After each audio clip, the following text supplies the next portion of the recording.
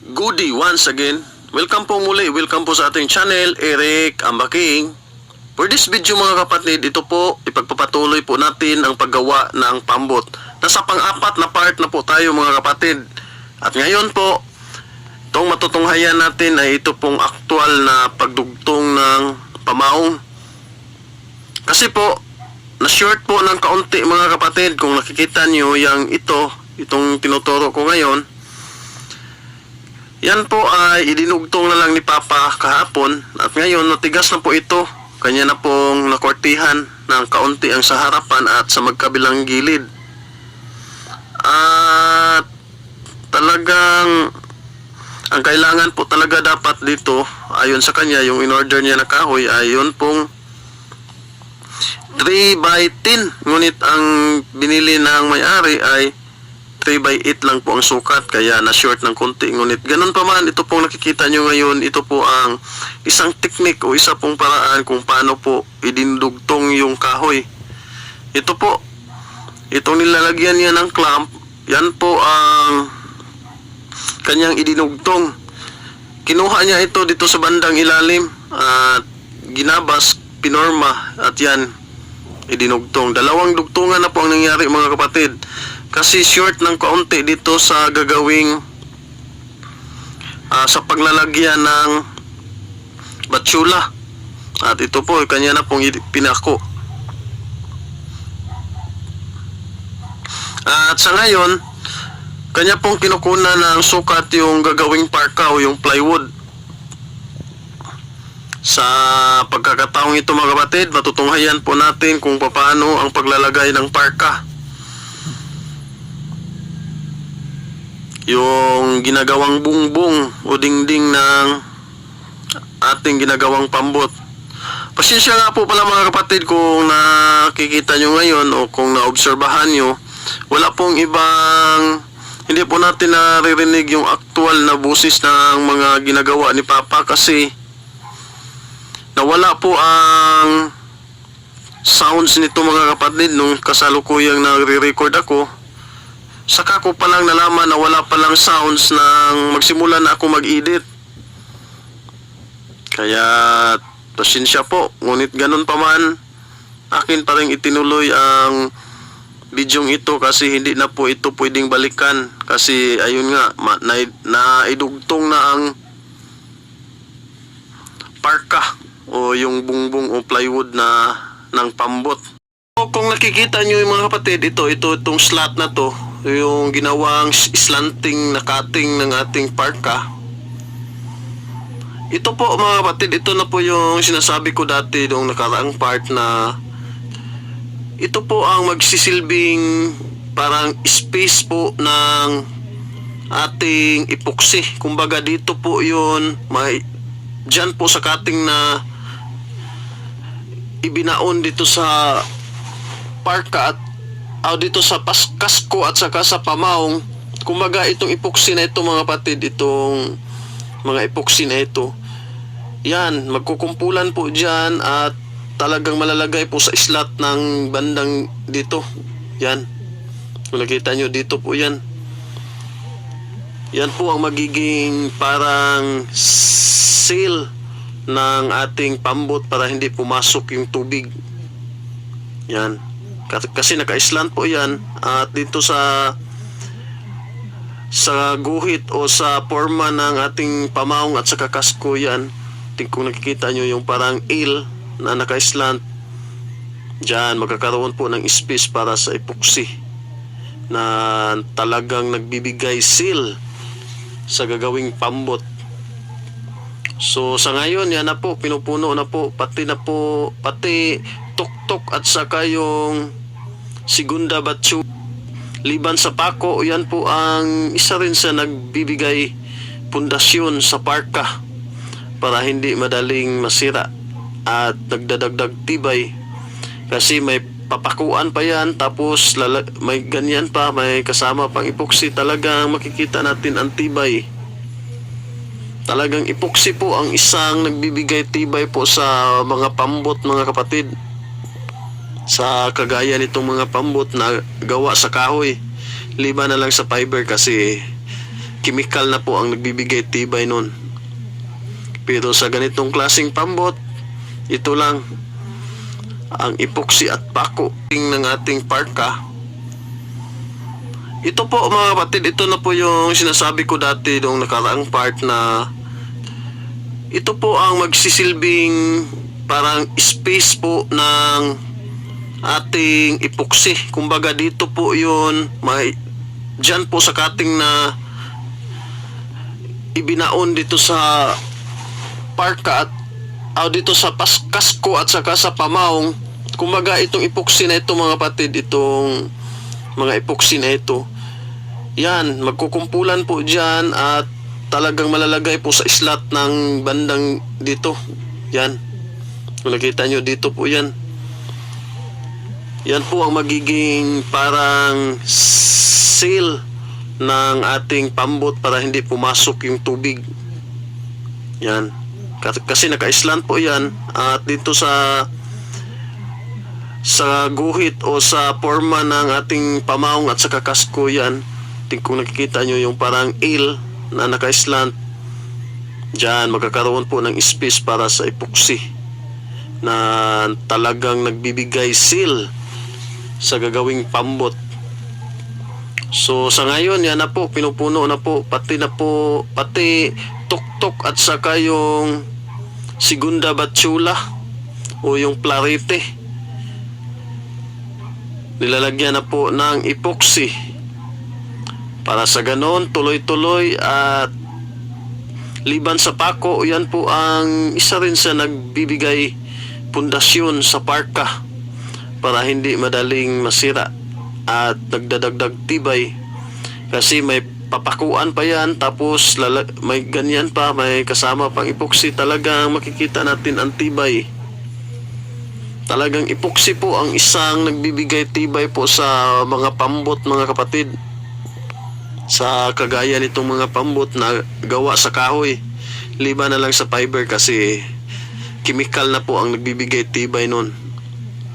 Pero sa ganitong klaseng pambot, ito lang ang epoxy at pako at saktong paggawa ng slot para sa paglalagay ng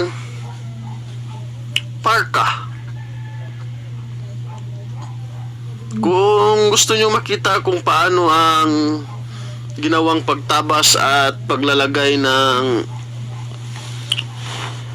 butas sa hindi po butas, yung pagpuporma ng paglalagyan ng parka mga kapatid, balikan nyo na lang po doon sa last part ng ating ginawa, kasi pang-apat na ito. Doon sa pangatlong part mga kapatid, doon nyo po.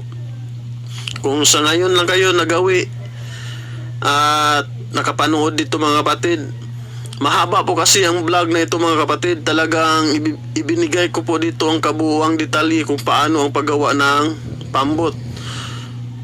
Kaya balikan nyo na lang po doon sa aking YouTube channel mga kapatid. Ito po ay nasa pang-apat na part na po ito. At ito po mga kapatid, sa ngayon po, yan na po, ipinapako na po ni Papa yung gagawing parka. Yan na. Ngunit yung pagpapako nito mga kapatid ay naka-slant po yan mga kapatid, para po babaon sa pamaong, sa kasko, sa tuktok at sa clarete o yung segunda batsula. So ito na po ang mukha ng sa bandang loob ng pambot, at sa labas pinapako ni Papa para talagang didikit dito sa ating pamaong.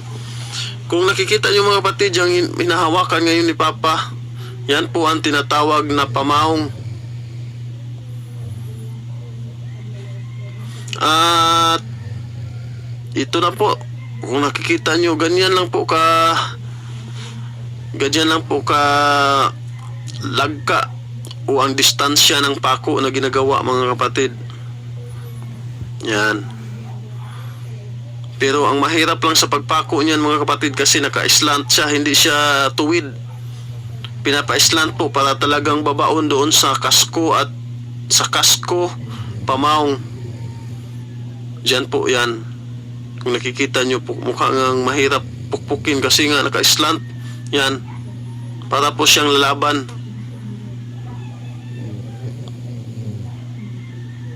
Kasi para po yung nasa gilid lang kasi yan ng kasko at saka sa ating pamahong nakaporma mga kapatid, kaya hindi po pwedeng ituwid ang pako, kundi talagang gagawan po ng paraan para maslant. So ayan na po, pinupukpok na po ngayon ni Papa ang mga pako para talagang babaon. Isa po yung technique ginamit ang tigib para ipukpok sa ulo ng pako para talagang totally seated na po ang ulo ng lansang. Kasi madalas niyan pagkatapos pinturahan, talagang nilalagyan pa yan ng, ang iba nila binabatakan pa po ng epoxy. At sa ngayon na po, yan na po, ginuguhit na po ni Papa ang kung saan po ililinya yung mga pako para iwas butas, para hindi po magkamali, para hindi mabutasan ang ating parka. Take note lang po mga kapatid, ang parka ay dapat walang butas o walang hunog para hindi papasok ang tubig sa loob. Dahil pagpapasok ang tubig sa loob, nako po, yan po ang isang problema pag pumasok ang tubig sa ating bangka o pambot. Dahil pag hindi tayo manghihinubig or hindi natin kukunin yung tubig, talagang lulubog at maaapawan ang makina o engine ng ating pambot. So yan na po, pinapako na po ni Papa. At si Bay Badjo nakaalalay lang po sa likod. Kasi aalog-alog po yan pag walang mag-hold doon sa bandang likod o sa loob ng pambot. So yan, nakikita nyo na po, unti-unti na pong dumidikit ang ating parka sa tuktok. Yang patayo na 1/4 na kahoy mga kapatid, kung nakikita nyo, tuktok po yan. At yan, kanya na rin ipinapako sa Clarete o Segunda Batchola. Yan namang 1/4 mga kapatid na inilagay sa bandang gitna mula dito sa dulo hanggang doon sa dulo. Yan po ang tinatawag na Clarete. Ang iba niyan ay Segunda Batchola ang tawag. Ngunit dito sa amin, Clarete po talaga ang pinaka-main tawag niyan. So ayan na, tapos na pong mailagay yung isang cutting ng plywood. Sa ngayon, dito na tayo sa pangalawang cutting ng plywood. Yung unang naikabit mga kapatid, ang sukat po noon ay 18 inches. Yan. Yang dito sa bandang dulo, 18 inches po yan. At maging doon din sa kabilang dulo, 18 po. Ang dito sa gitna mga kapatid, ang ilalagay dito na cutting ay 16 inches. Dalawang cutting po ito. Dalawang cutting sa isang length ng plywood. Sa ngayon, ito na. Tapos na kasing ilagay yung tapos na malagyan ng epoxy. Ngayon, ikinakabit na po. Yan. Pero depende po ang sukat ng parka mga kapatid ha. Depende po sa laki ng pambot na inyong gagawin.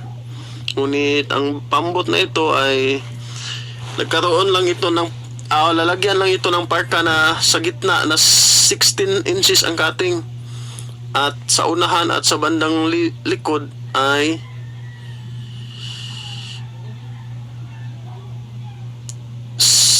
18 inches. So sa ngayon yan na po, kasalukuyan na po ang pinapako ni Papa. Yan po ang example mga kapatid, pag walang hawak doon sa likod yan, para pong tatalbog-talbog ang pako. Kaya mahirap po, pero kailangan yan. Ayun na, umalalay na at sumuporta na si Bay Badjo sa bandang likod. Kasi mahirap po pag walang gaganyan mga kapatid, walang sasalubong sa lakas ng impact ng martilyo.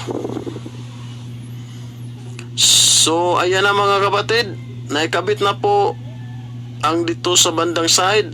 Fast forward natin yun, nakabit na po. Ayan na. At sa ngayon, dito na tayo sa bandang likod, sa kabilang side. Ganun lang rin ang procedure mga kapatid. Yan, ganyan rin. Ginawa na po ng forma yung ating pamaong at saka kasko para tuloy-tuloy na ang pagkabit. So ayan na po. Yan ang ating update. Sa ngayon, nagsisimula na silang ikabit ang yung 18 inches na cutting ng plywood. So, same procedure lang po mga kapatid. Ang dito lang sa bandang likod mga kapatid, yung nakikita nyo yan, hindi na po si Papa nagdugtong sa pamahong kasi sakto lang po mga kapatid, kasi dito kasi lumalabas yung ihi, yung may pala na siyang pumapatakbo sa mga pambot. Kumbaga dito po yung ilisi. Sa ngayon yan, tuloy pa rin ang pagpapako at pagguguhit ni Papa sa paglalagay ng parka. At sa ngayon, yung nakikita nyo si Bay Badjo, kanya na pong nilalagyan ng epoxy yung mga pagitan ng plywood at yung may mga clearance. Yan po, kanya na pong nilalagyan ng epoxy para talagang wala pong leaking o walang butas o hunog na pwedeng daanan ng tubig. Tandaan nyo po, yung ginagamit na marin ay Santa Clara po yan mga kapatid. Ang iba ginagamit yung marin na klase ng plywood lang talaga, pero yan Santa Clara po ang brand niyan. At sa ngayon, ito na po, hinahalo na po ni Papa ang epoxy. Ganyan po ang pamamaraan kung paano ang tamang paghalo ng epoxy. Yan, kanya pong nilalagyan ng thinner mga kapatid para hindi po masyadong matigas ang epoxy. Yan pong ginagamit na epoxy o yung hinahalo ngayon ni Papa mga kapatid. Pioneer epoxy po yan mga kapatid. At pwede naman kahit anong klaseng epoxy. Basta epoxy. So yan na po. Dinadagdagan niya po ng thinner para makuha po yung saktong lutong at timplada. Kasi po madalas hindi po tuyo ang gagamitin sa paggawa ng pambot mga kapatid, kasi po mas maganda po yung parang syrup na klase ng paghalo ng epoxy, kasi minsan natatagalan po, kasi lalo na pag may diferensya. Pwede pa pong mailipat o magalaw kasi hindi pa po madaling tumitigas yung epoxy. So hanggang yan lang po. Ito na po ang update mga kapatid. At sa ngayon, tuyo na po yung parka na binilagay. At sa kasalukuyan, tapos na rin pong putulan ni Papa yung sobra ng tuktok. Ayan, kung nakikita nyo, naputol na po lahat. Hindi ko na lang ipinasilip sa inyo yung time na pinutulan, kasi napakasimple at madali lang naman. At nailagay na rin ang tatlong yawi. Ito po yung tinatawag mga kapatid na yawi. Yan, kung nakikita nyo, isa, dalawa, tatlo. Inilagay na po ito mga kapatid kasi dito po itatali yung tarik. Dito banda at yung doon sa dulo. At dito naman, dito rin banda yung sa tinatawag sa amin na baybay o yung tungtungan ng driver. Yan, may tatlo po na inilagay. At ang sukat naman ito ay 2x2. Yan, yawi po ang tawag niyan mga kapatid. Pero kung ating iisipin, Ang trabaho talaga niyan para po yung brace nang sa ganun hindi bibika or hindi gagalaw yung ating parka kasi nakasuporta siya sa tuktok at sa ilalagay dito na batsula. Yan. Ang talagang gamit ng yawi na yan. Diyan itatali yung tarik para lagyan naman ng katig. At ang pangalawang gamit nito ay para po siyang brace. Yan.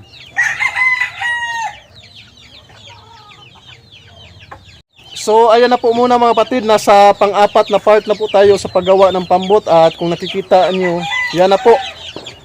Ang susunod sa part 5 naman po ay ang pagkabit at pagbutas kung paano gawin ang batsula. Yun po ang ating matutunghayan.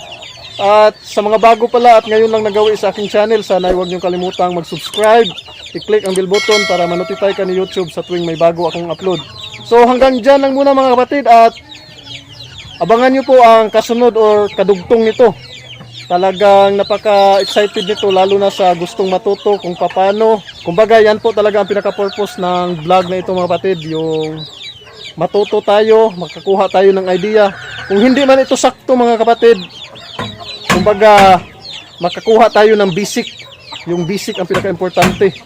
Kung may gusto kayong i-improve, nasa sa inyo na po yun mga kapatid. Makuha natin ang basic kung paano gumawa ng pambot. So, hanggang dito na lang mga kapatid. Lagi nyo pong tandaan, ang paggawa ng mabuti ay di nagbubunga ng masama. Hanggang sa muli, hanggang sa kadugtong nito. Paalam! Bye-bye!